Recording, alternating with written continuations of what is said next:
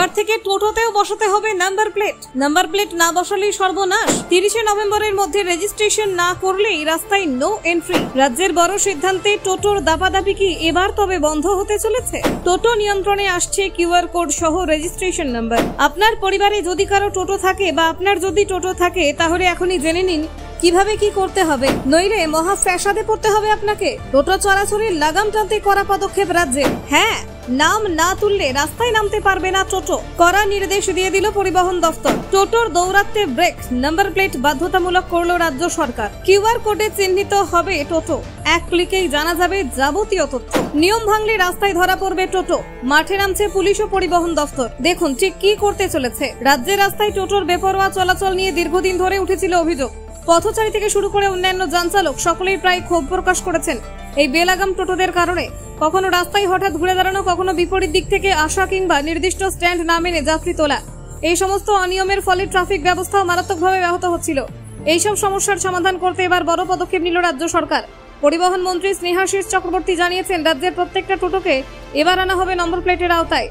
প্রথম পর্যায়ে দেওয়া হবে অস্থায়ী এনরোলমেন্ট নাম্বার। এই নাম্বারের মাধ্যমে প্রত্যেকটা টোটোকে চিহ্নিত করা হবে। নম্বর প্লেটে থাকবে কিউআর কোড, যা স্ক্যান করলেই সেই টোটোর সমস্ত তথ্য জেনে নেওয়া যাবে। এর ফলে অবৈধভাবে রাস্তায় নামা বা বেআইনি টোটো চালানোর অনেকটাই রোধ করা সম্ভব হবে বলে মনে করা হচ্ছে। মন্ত্রী জানান, রাজ্যে ঠিক কত সংখ্যক টোটো চলছে সেই সঠিক পরিসংখ্যান এখন সরকারের কাছে নেই, তাই আপাতত এই চিহ্নিতকরণ প্রক্রিয়া হবে প্রথম পদক্ষেপ। যত টোটো এখন রাস্তায় চলছে তাদের প্রত্যেকেই এই অস্থায়ী এনরোলমেন্ট নাম্বার নিতে হবে। এর ফলে রাজ্য সরকার বুঝতে পারবে মোট কতগুলি টোটো প্রতিদিন যাতায়াত করছে। টোটোর ওপর লাগাম টানার এই উদ্যোগে একযোগে কাজ করবে পুলিশ, পরিবহন দফতর এবং বিভিন্ন ইউনিয়ন। 13 অক্টোবর থেকে 13 নভেম্বরের মধ্যে চলবে চিহ্নিতকরণের কাজ। পরিবহন দপ্তর সূত্রে খবর, প্রক্রিয়াটি অনলাইনের পাশাপাশি বিভিন্ন সরকারি সহায়তা কেন্দ্র থেকেও সম্পন্ন করা যাবে, যাতে প্রত্যন্ত এলাকার টোটো চালকরা সুবিধা পান। একবার রেজিস্ট্রেশন সম্পূর্ণ হয়ে গেলে নির্দিষ্ট নম্বর ছাড়া কোনো টোটোকেই আর রাস্তায় নামার অনুমতি দেওয়া হবে না। 30 নভেম্বরের মধ্যে প্রত্যেক চালককে বাধ্যতামূলকভাবে রেজিস্ট্রেশন করাতে হবে। সময়সীমা অতিক্রান্ত হওয়ার পর নম্বরবিহীন টোটোকে রাস্তায় দেখা গেলে তা আটক করা হবে। একই সঙ্গে ভবিষ্যতে কোনো ভেন্ডার বা টোটো প্রস্তুতকারক সংস্থা রাজ্য সরকারকে অনুমতি ছাড়া টোটো বিক্রি কিংবা তৈরি করতে পারবে না। রাজ্য সরকার স্পষ্ট করে দিয়েছে, আর কোনোভাবেই বেআইনি টোটো বাজারে আসবে না। এতে একদিকে যেমন অনিয়ন্ত্রিত টোটোর সংখ্যা কমবে, তেমনি রাজস্ব আয় বাড়বে সরকারের। রেজিস্ট্রেশনের জন্য প্রত্যেকটা টোটো মালিককে দিতে হবে 1000 টাকা।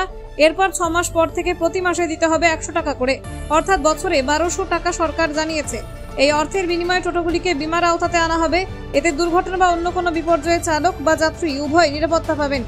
পরিবহন মন্ত্রী আরো বলেন, এই চিহ্নিতকরণের পরবর্তী পর্যায়ে টোটোর চলাচল সংক্রান্ত আরো কিছু নতুন নিয়ম কার্যকর হতে পারে। তার মধ্যে সবচেয়ে গুরুত্বপূর্ণ অড ইভেন নীতি। ভবিষ্যতে টোটোগুলিকে নাম্বারের ভিত্তিতে বিকল্প দিনে রাস্তায় নামানোর পরিকল্পনা চলছে।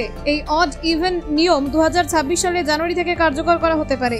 এতে রাস্তায় টোটোর সংখ্যা অর্ধেকে নেমে আসবে, ফলে যানজট অনেকটা নিয়ন্ত্রণে থাকবে। পাশাপাশি জ্বালানি ও বিদ্যুতের খরচও কমবে।